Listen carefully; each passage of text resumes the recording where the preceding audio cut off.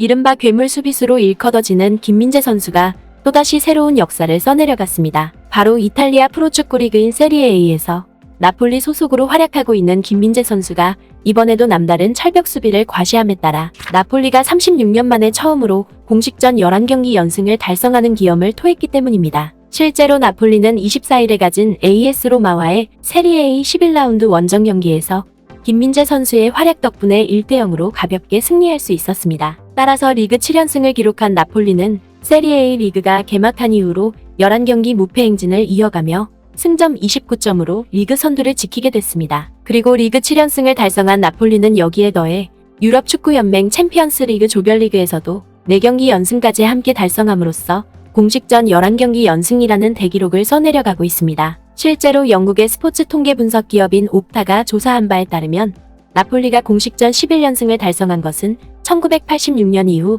36년 만에 처음이라는 점에서 그 의미가 남다르다고 할 수 있습니다. 특히 나폴리의 이 같은 엄청난 대기록 달성에 있어서 가장 큰 1등 공신은 단연 김민재 선수 덕분이라는 점을 절대 빼놓을 수 없습니다. 이는 김민재 선수가 팀의 모든 경기에서 풀타임을 소화하고 있을 뿐만 아니라 심지어 세리에 A 리그에서 2골을 넣은 진풍경을 연출하기도 했기 때문입니다. 그도 그럴 것이 24일에 있은 AS 로마와의 경기에서도 나폴리의 센터백인 김민재 선수는 선발로 출전해 경기가 끝날 때까지 뛰며 팀의 무실점 승리에 기여했습니다. 또한 이번 경기에서도 김민재 선수는 경기 초반에 거센 공세를 높여오는 로마에 맞서 상대 스트라이커인 태미 에이브러햄을 옴짝달싹 못하게 밀착 수비하는 모습을 보였고 전반 24분에는 왼쪽 측면으로 쇄도하는 레오나르도 스피나촐라를 끝까지 쫓아가 공격 기회를 차단하는 모습을 보이면서 나폴리 축구팬들을 열광시키기도 했습니다. 때문에 김민재 선수의 든든한 철벽 수비 덕분에 여러 득점 찬스를 마련할 수 있었던 나폴리는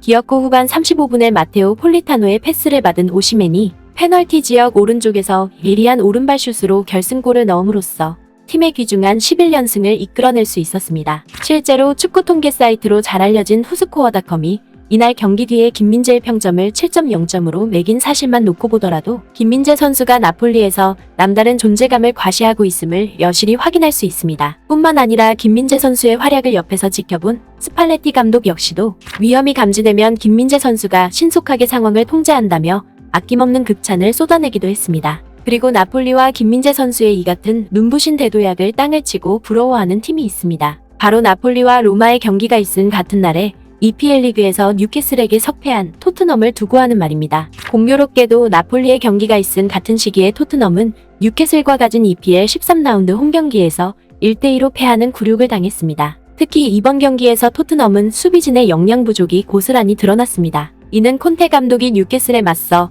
다빈손 산체스를 비롯해 에릭 다이어와 클레망 랑글레가 주축이 된 3백을 구성했다가 큰 낭패를 봤기 때문입니다. 실제로 이번 경기에서 다이어는 골키퍼인 위고 유리스에게 백패스를 너무 강하게 시도했다가 자책골을 기록할 뻔하기도 했었습니다. 또한 랑글레 선수는 상대의 강한 압박에 적절하게 대처하지 못하는 모습을 보이면서 결국 뉴캐슬의 득점을 허용하기도 했습니다. 바로 다이어와 랑글레가 수비수답지 않게 느린 반응 속도를 보임으로써 뒷공간 커버를 전혀 하지 못했기 때문입니다. 특히 토트넘의 이러한 문제점은 이미 오래전부터 고질적으로 제기되어 왔다는 점에서 콘테 감독의 부실한 전술 운영이 연일 논란의 도마에 오르고 있는 상황입니다. 그도 그럴 것이 이미 지난 여름에 토비 알더베이럴트와 얀 베르통원이 실력 쇠퇴로 팀을 떠나면서 토트넘의 수비 문제가 본격화됐음에도 불구하고 콘테 감독은 현실성이 떨어지는 월드클래스 수비 영입에 나섰다가 결국 저조한 경기력을 보여왔던 랑글레만 임대로 데려옴으로써 현재의 수비 난맥상을 고스란히 보여주고 있기 때문입니다. 더군다나 토트넘 구단은 손흥민 선수가